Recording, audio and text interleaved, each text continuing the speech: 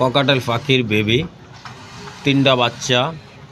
শীতের সিজন পাখিকে একটু ভালো রাখার জন্য সবাই চেষ্টা করবেন। এই যে এরকম আমি যেভাবে ব্যালকনিতে রৌদ্র রাখছি, যেহেতু শহরে রোদটা খুবই কম পাওয়া যায়, বাচ্চার এই শীতের সময় রৌদ্র রাখলে বাচ্চার যে ভিটামিনের সমস্যা, ক্যালসিয়ামের সমস্যাগুলি নেই, রোদ্রে থাকলে সেটা পূরণ হয়ে যায়। তো এইভাবে আমার মতন আপনারা চাইলেও বা পাখির বাচ্চা, যে কোনো পাখির বাচ্চারা একটু রোদে রাখার চেষ্টা করবেন সবাই।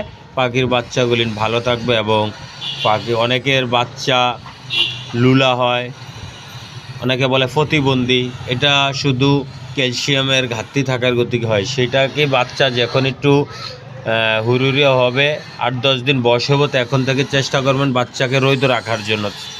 রোদে রাখলে বাচ্চার ভিটামিন, ক্যালসিয়াম এগুলো